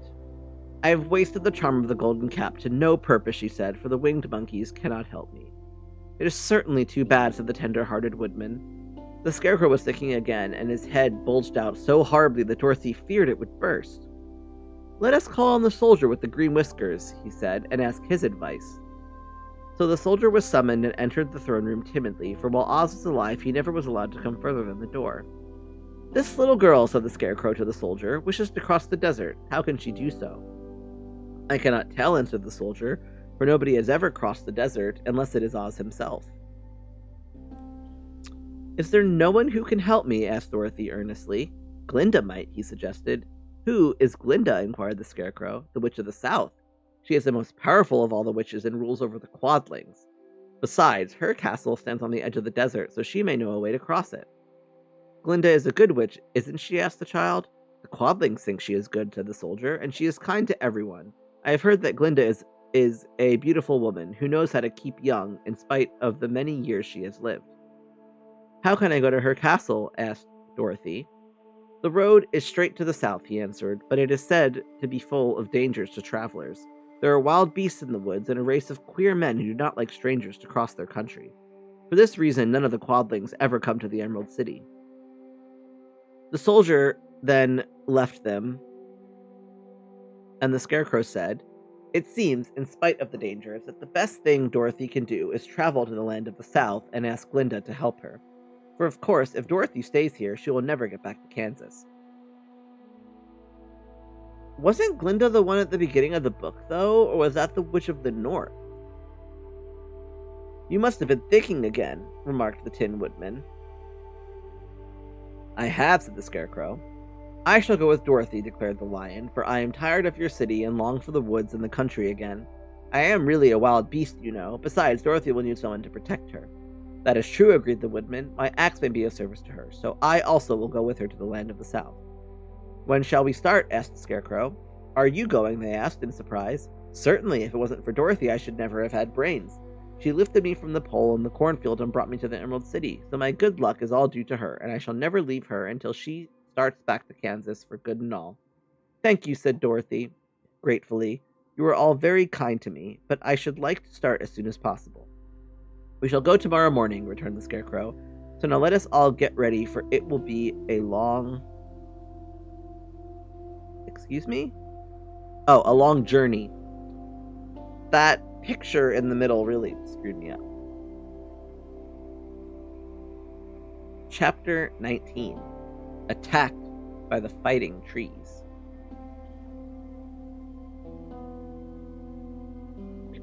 The next morning, Dorothy kissed the pretty green girl goodbye, and they all shook hands with the soldier with the green whiskers, who had walked with them as far as the gate. When the guardian of the gate saw them again, he wondered greatly that they could leave the beautiful city to get into new trouble. But he at once unlocked their spectacles, which he put back into the green box, and gave them many good wishes to carry with them. "You are now our ruler," he said to the Scarecrow, "so you must come back to us as soon as possible."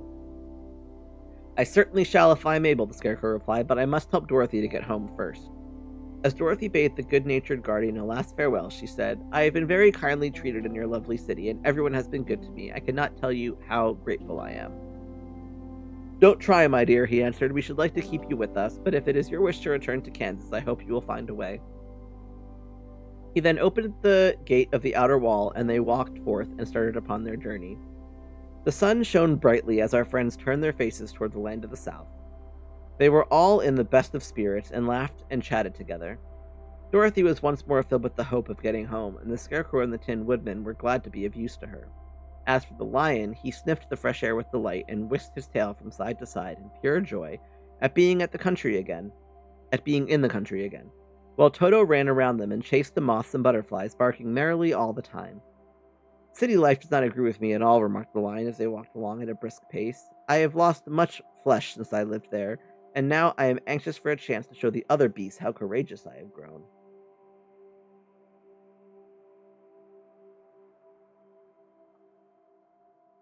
They now turned and took a last look at the Emerald City. All they could see was a mass of towers and steeples behind the green walls, and high up above everything the spires and dome of the Palace of Oz. "Oz was not such a bad wizard after all," said the Tin Woodman as he felt his heart rattling around in his breast. "He knew how to give me brains, and very good brains too," said the Scarecrow. "If Oz had taken a dose of the same courage he gave me out of the Lion, he would have been a brave man." Dorothy said nothing. Oz had not kept the promise he made her, but he had done his best, so she forgave him. As he said, he was a good man, even if he was a bad wizard. The first day's journey was through the green fields and bright flowers that stretched about the Emerald City on every side. They slept that night on the grass with nothing but the stars over them, and they rested very well indeed. In the morning, they traveled on until they came to a thick wood. There was no way of going around it, for it seemed to extend to the right and left as far as they could see. And, besides, they did not dare change the direction of their journey for fear of getting lost. So they looked for the place where it would be easiest to get into the forest. The Scarecrow, who was in the lead, finally discovered a big tree with such wide-spreading branches that there was room for the party to pass underneath. So he walked forward to the tree, but just as he came under the first branches, they bent down and twined around him, and the next minute he was raised from the ground and flung headlong among his fellow travelers. This did not hurt the Scarecrow, but had surprised him, and he looked rather dizzy when Dorothy picked him up. "Here is another space between the trees," called the Lion. "Let me try it first," said the Scarecrow, "for it doesn't hurt me to get thrown about."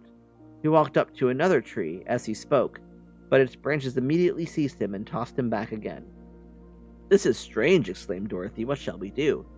"The trees seem to have made up their minds to fight us and stop our journey," remarked the Lion. "I believe I will try it myself," said the Woodman. And shouldering his axe, he marched up to the first tree that he had handled the Scarecrow so roughly. When a big branch bent down to seize him, the Woodman chopped at it so fiercely that he cut it in two. At once, the tree began shaking all its branches as if in pain, and the Tin Woodman passed safely under it. "Come on," he shouted to the others. "Be quick!" They all ran forward and passed under the tree without injury, except Toto, who was caught by a small branch and shaken until he howled, but the Woodman promptly chopped off the branch and set the little dog free. The other trees of the forest did nothing to keep them back, so they made up their minds that only the first row of trees could bend down their branches, and that probably these were the policemen of the forest, and given this wonderful power in order to keep strangers out of it. The four travelers walked with ease through the trees until they came to the further edge of the wood. Then, to their surprise, they found before them a high wall which seemed to be made of white china. It was smooth like the surface of a dish, and higher than their heads. "What shall we do now?" asked Dorothy. "I will make a ladder," said the Tin Woodman, "for we certainly must climb over the wall." Chapter 20. The Dainty China Country. While Tin Woodman was making a ladder from wood, which she found in the forest, Dorothy lay down and slept, for she was tired by the long walk. The Lion also curled himself up to sleep, and Toto lay beside him. The Scarecrow watched the Woodman while he worked, and said to him, "I cannot think why this wall is here, nor what it is made of." "Rest your brains and do not worry about the wall," replied the Woodman. "When we have climbed over it, we shall know what is on the other side." After a time the ladder was finished. It looked clumsy, but the Tin Woodman was sure it was strong, and would answer their purpose. The Scarecrow waked Dorothy and the Lion and Toto, and told them that the ladder was ready. The Scarecrow climbed up the ladder first, but he was so awkward that Dorothy had to follow close behind him and keep him from falling off. When he got his head over the top of the wall, the Scarecrow said, "Oh my!" "Go on!" exclaimed Dorothy. The Scarecrow climbed further up and sat down on the top of the wall, and Dorothy put her head over and cried, "Oh my!" just as the Scarecrow had done. Then Toto came up and immediately began to bark, but Dorothy made him be still. The Lion climbed the ladder next, and the Tin Woodman came last. Both of them cried, "Oh my!" as soon as they looked over the wall. When they were all sitting in a row on the top of the wall, they looked down and saw a strange sight. Before them was a stretch of country having a floor as smooth and shining and white as the bottom of a big platter. Scattered around were many houses made entirely of china and painted in the brightest colors. These houses were quite small, the biggest of them reaching only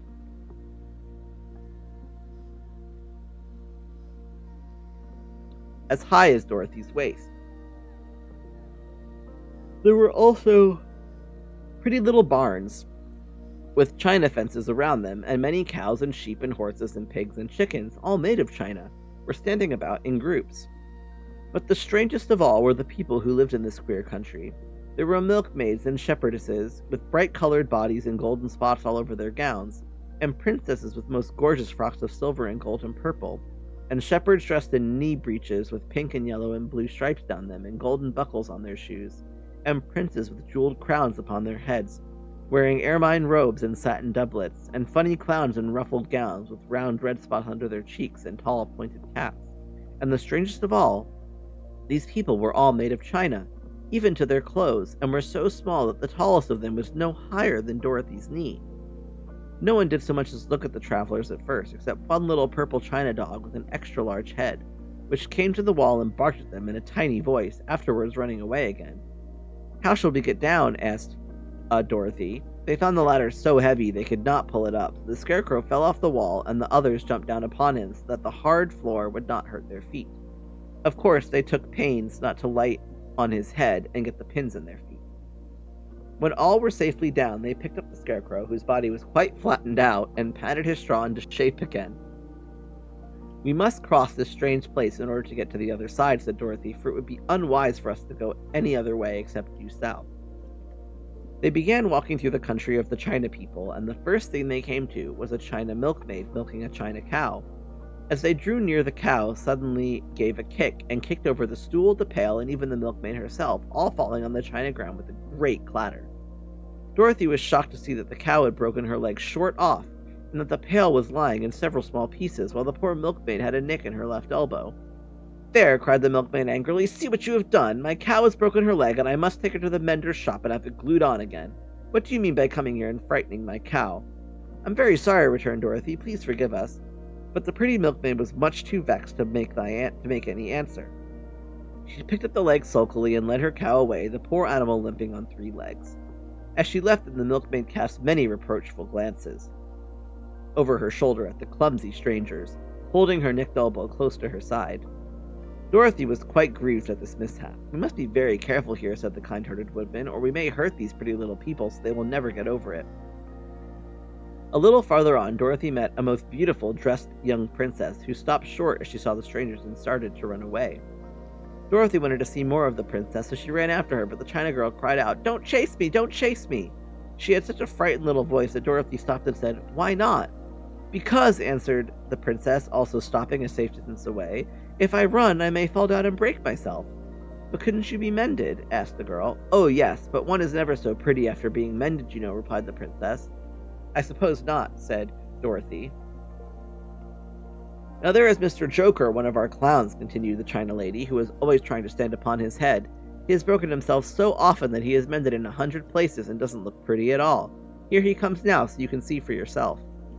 Indeed, a jolly little clown now came walking toward them, and Dorothy could see that in spite of his pretty clothes of red and yellow and green, he was completely covered with cracks, running every which way and showing plainly that he had been mended in many places. The clown put his hands in his pockets, and after puffing out his cheeks and nodding his head at them, saucily he said, "My lady fair, why do you stare at poor old Mr. Joker? You're quite as stiff and prim as if you'd eaten up a poker." "Be quiet, sir," said the princess. "Can't you see these are strangers and to be treated with respect?" "Well, that's respect I expect," declared the clown, and immediately stood upon his head. "Don't mind Mr. Joker," said the princess to Dorothy. "He is considerably cracked in his head, and that makes him foolish." "Oh, I don't mind him a bit," said Dorothy, "but you are so beautiful," she continued, "that I am sure I could love you dearly. Won't you let me carry you back to Kansas and stand you on Aunt Em's mantel shelf? I could carry you in my basket." "That would make me very unhappy," answered the China princess. "You see, here in our own country we live contentedly and can talk and move around as we please. But whenever any of us are taken away, our joints at once stiffen and we can only stand straight and look pretty. Of course, that is all that is expected of us when we are on mantel shelves and cabinets and drawing-room tables, but our lives are much pleasanter here in our own country." "I would not make you unhappy for all the world," exclaimed Dorothy, "so I'll just say goodbye." "Goodbye," replied the princess. They walked carefully through the China country. The little animals and all the people scampered out of their way, fearing the strangers would break them, and after an hour or so the travelers reached the other side of the country and came to another China wall. It was not as high as the first, however, and by standing upon the lion's back, they all managed to scramble to the top. Then the lion gathered his legs under him and jumped on the wall, but just as he jumped, he upset a China church with his tail and smashed it all to pieces. "That was too bad," said Dorothy, "but really I think we were lucky in not doing these little people more harm than breaking a cow's leg at a church. They are all so brittle." "They are indeed," said the Scarecrow, "and I am thankful I am made of straw and cannot be easily damaged. There are worse things in the world than being a scarecrow." Chapter 21. I don't remember, was it chapter 20, really? The lion becomes the king of beasts. After climbing down from the China Wall, the travelers found themselves in a disagreeable country, full of bogs and marshes and covered with tall, rank grass. It was difficult to walk far without falling into muddy holes, for the grass was so thick that it hid them from sight. However, by carefully picking their way, they got safely along until they reached solid ground.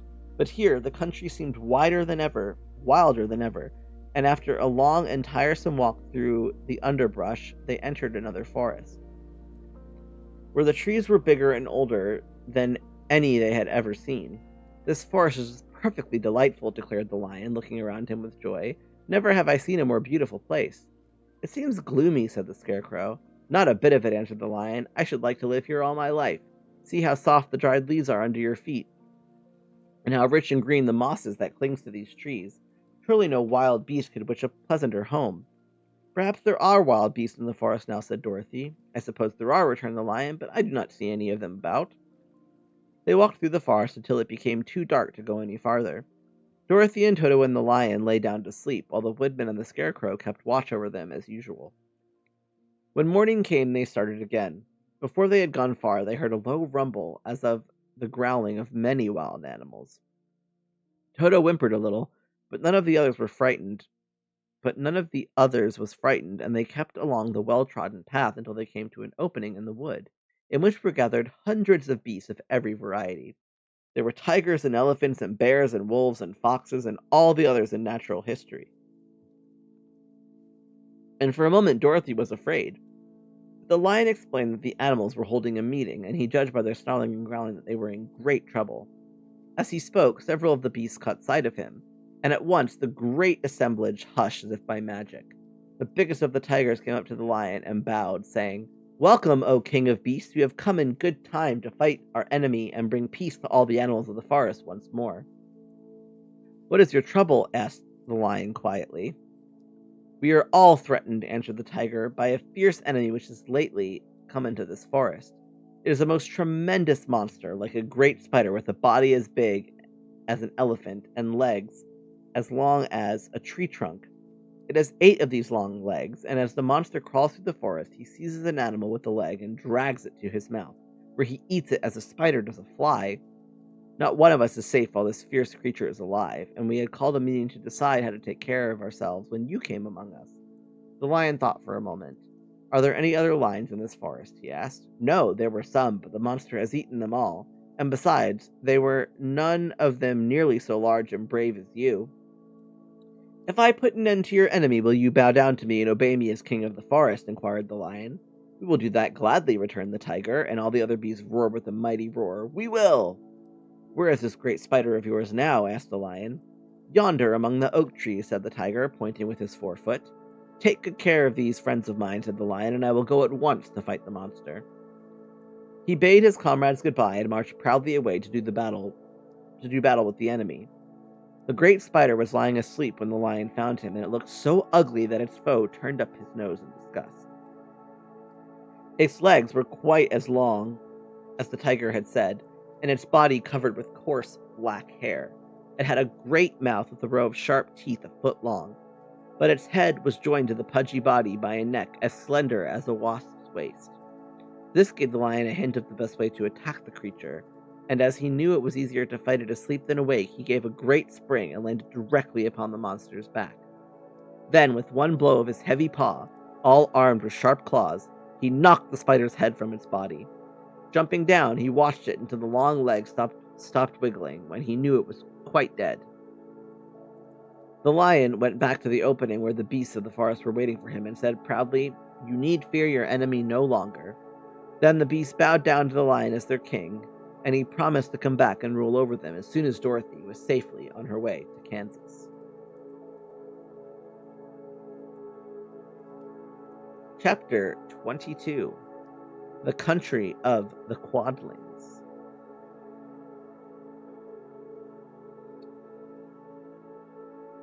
The 4 travelers passed through the rest of the forest in safety, and when they came out from its gloom saw before them a steep hill, covered from top to bottom with great pieces of rock. That'll be a hard climb, said the Scarecrow, but we must get over the hill nevertheless. So he led the way and the others followed. They had nearly reached the first rock when they heard a rough voice cry out, Keep back! "Who are you?" asked the Scarecrow. Then a head showed itself over the rock, and the same voice said, "This hill belongs to us, and we don't allow anyone to cross it." "But we must cross it," said the Scarecrow. "We're going to the country of the Quadlings." "But you shall not," replied the voice, and there stepped from behind the rock the strangest man the travelers had ever seen. He was quite short and stout, and had a big head, which was flat at the top and supported by a thick neck full of wrinkles, but he had no arms at all. And seeing this, the Scarecrow did not fear that so helpless a creature could prevent them from climbing the hill. So he said, "I'm sorry not to do as you wish, but we must pass over your hill whether you like it or not," and he walked boldly forward. As quick as lightning, the man's head shot forward, and his neck stretched out until the top of the head, where it was flat, struck the Scarecrow in the middle and sent him tumbling over and over down the hill. Almost as quickly as it came, the head went back to the body, and the man laughed harshly as he said, "It isn't as easy as you think." "That sounds really creepy." A chorus of boisterous laughter came from the other rocks, and Dorothy saw hundreds of the armless hammerheads upon the hillside, one behind every rock.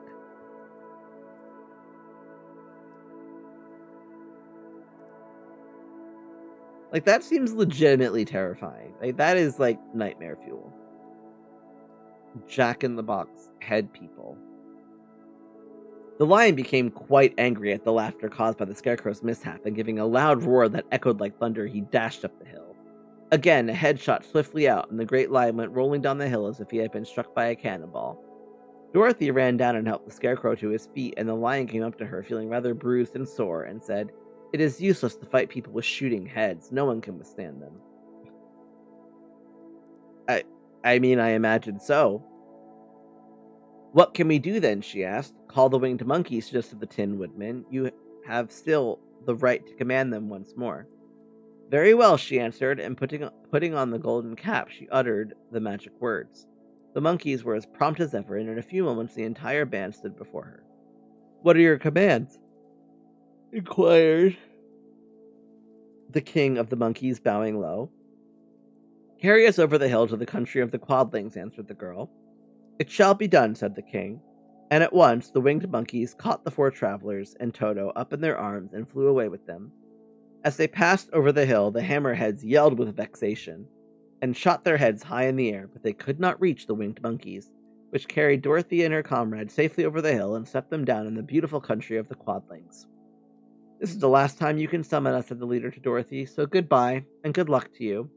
"Goodbye, and thank you very much," returned the girl, and the monkeys rose into the air and were out of sight in a twinkling. The country of the Quadlings seemed rich and happy. There was field upon field of ripening grain, with well-paved roads running between, and pretty, rippling brooks with strong bridges across them. The fences and houses and bridges were all painted bright red, just as they had been painted yellow in the country of the Winkies, and blue in the country of the Munchkins. The Quadlings themselves, who were short and fat and looked chubby and good-natured, were dressed all in red, which showed bright against the green grass and the yellowing grain. The monkeys had set them down near a farmhouse, and the four travelers walked up to it and knocked at the door. It was opened by the farmer's wife, and when Dorothy asked for something to eat, the woman gave them all a good dinner, with 3 kinds of cake and 4 kinds of cookies and a bowl of milk for Toto. Sign me up for that dinner. "How far is it to the castle of Glinda?" asked the child. "It is not a great way," answered the farmer's wife. "Take the road to the south, and you will soon reach it."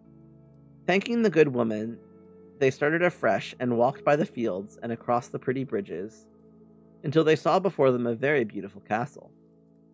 Before the gates were 3 young girls dressed in handsome red uniforms trimmed with gold braid. And as Dorothy approached, one of them said to her, "Why have you come to the South Country?" "To see the good witch who rules here," she answered. "Will you take me to her?" "Let me have your name, and I will ask Glinda if she will receive you." They told who they were, and the girl soldier went into the castle. After a few moments, she came back to say that Dorothy and the others were to be admitted at once. Chapter 23. The Good Witch Grants Dorothy's Wish. Before they went to see Glinda, however, they were taken to a room of the castle, where Dorothy washed her face and combed her hair. And the lion shook the dust out of his mane, and the Scarecrow patted himself into his best shape, and the Woodman polished his tin and oiled his joints. When they were all quite presentable, they followed the Soldier Girl into a big room where the witch Glinda sat upon a throne of rubies. She was both beautiful and young to their eyes. Her hair was a rich red in color and fell in flowing ringlets over her shoulders. Her dress was pure white, but her eyes were blue, and they looked kindly upon the little girl. "What can I do for you, my child?" she asked. Dorothy told the witch all her story, how the cyclone had brought her to the land of Oz, how she had found her companions, and of the wonderful adventures they had met with. "My greatest wish now," she added, "is to get back to Kansas, for Aunt Em will surely think something dreadful has happened to me, and that will make her put on mourning. And unless the crops are better this year than they were last year, I am sure Uncle Henry cannot afford it." Glinda leaned forward and kissed the sweet, upturned face of the loving little girl. "Bless you, dear heart," she said. "I am sure I can tell you of a way to get back to Kansas." Then she added, "But if I do, you must give me the golden cap." "Willingly," exclaimed Dorothy. "Indeed, it is of no use to me now, and when you have it, you can command the winged monkeys 3 times." "And I think I shall need their service just those 3 times," answered Glinda, smiling. Dorothy then gave her the golden cap, and the witch said to the Scarecrow, "What will you do when Dorothy has left us?"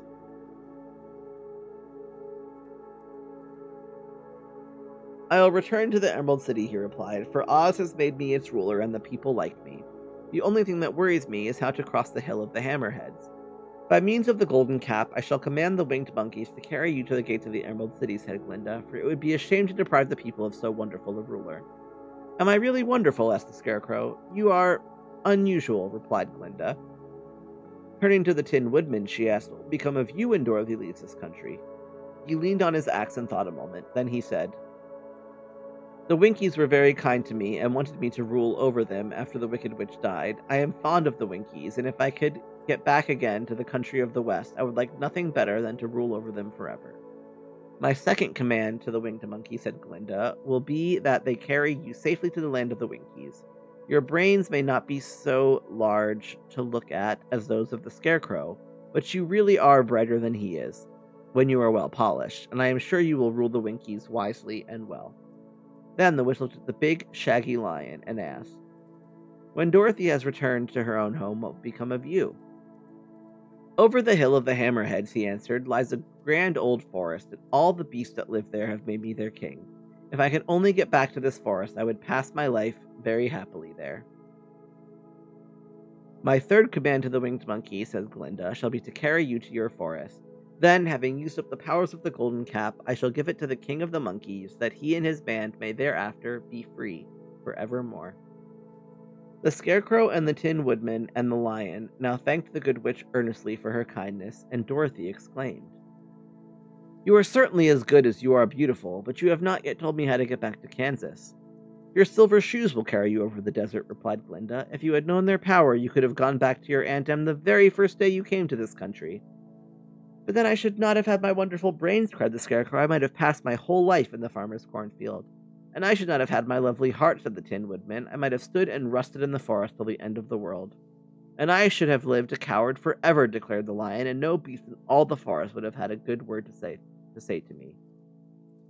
"This is all true," said Dorothy, "and I am glad I was of use to these good friends. But now that each of them has had what he most desired, and each is happy in having a kingdom to rule beside, I think I should like to go back to Kansas." "The silver shoes," said the good witch, "have wonderful powers, and one of the most curious things about them is that they can carry you to any place in the world in 3 steps, and each step will be made in the wink of an eye. All you have to do is knock the heels together 3 times and command the shoes to carry you wherever you wish to go." "If that is so," said the child joyfully, "I will ask them to carry me back to Kansas at once." She threw her arms around the lion's neck and kissed him, patting his big head tenderly.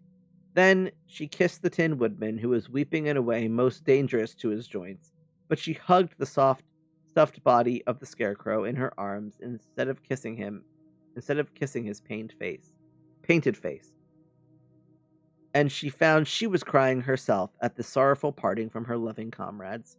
Glinda the Good stepped down from her ruby throne to give the little girl a goodbye kiss, and Dorothy thanked her for all the kindness she had shown to her friends and herself. Dorothy now took Toto up solemnly in her arms, and having said one last goodbye, she clapped the heels of her shoes together 3 times, saying, Take me home to Aunt Em. Instantly, she was whirling through the air so swiftly that all she could see or feel was the wind whistling past her ears. The silver shoes took but 3 steps, and then she stopped so suddenly that she rolled over upon the grass several times before she knew where she was. At length, however, she sat up and looked about her. "Good gracious!" she cried, for she was sitting on the broad Kansas prairie, and just before her was the new farmhouse Uncle Henry built after the cyclone had carried away the old one. Uncle Henry was milking the cows in the barnyard, and Toto had jumped out of her arms and was running toward the barn, barking joyously. Dorothy stood up and found she was in her stocking feet, for the silver shoes had fallen off in her flight through the air and were lost forever in the desert. Chapter 24. Home Again. Aunt Em had just come out of the house to water the cabbages when she looked up and saw Dorothy running toward her. "My darling child!" she cried, folding the little girl in her arms and covering her face with kisses. "Where in the world did you come from?" "From the land of Oz," said Dorothy gravely, "and here's Toto too. And oh, Aunt Em, I'm so glad to be at home again." Look at her chubby face. It seriously looks like Renesmee. It looks like Renesmee from the Twilight movies. Like, the face. Dead fucking spot on. Here ends the story of The Wonderful Wizard of Oz, which was written by L. Frank Baum and illustrated by William Wallace Denslow. The engravings were made by the Illinois Engraving Company, the paper was supplied by the Dwight Brothers Paper Company, and Messrs. A.R. Barnes and Company printed the book for publishing, the George M. Hill Company completing it on the 15th day of May in the year 1900. And there it is, The Wonderful Wizard of Oz. And that, folks, is the end of the book. We have done it.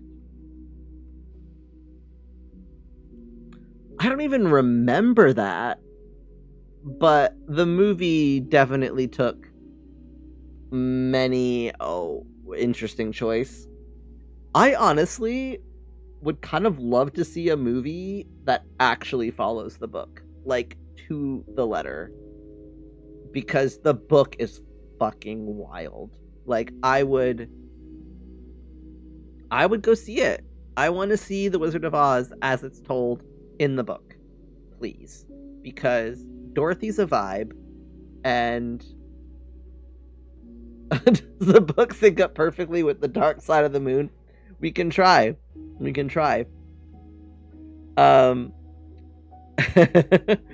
But yeah, I would honestly love to see the movie redone with like this story, because it is very different in so many ways. But on that note, folks, I am tired, and I need to do a lot of push-ups tomorrow, and I also have to go to a doctor's appointment tomorrow, and I have to leave at 8 a.m. and drive an hour and a half. So, we are going to call it for the night, so that I can get ready for bed. But I would like to thank you all for joining me. I think I am going to read Alice in Wonderland next, perhaps. I think in the movie the whole being in Oz thing was a literal fever dream from in real life Dorothy being unconscious. She made the evil neighbor the Wicked Witch. Oh, okay. It has been a very long time since I've seen the original movie, so that very well could. I really don't remember much of anything at all. But yeah, thank you for joining me. I appreciate you all being here, lurking, chatting, hanging out with me. Yeah. We will be back on the weekend with Red Dead Redemption 2. So I will see you all then. And the push-up challenge will be over. So I will update everyone on how it went over the next couple days. And we'll play some Red Dead. So I will see you all then.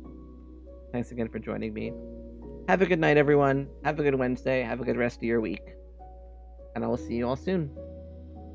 Good night.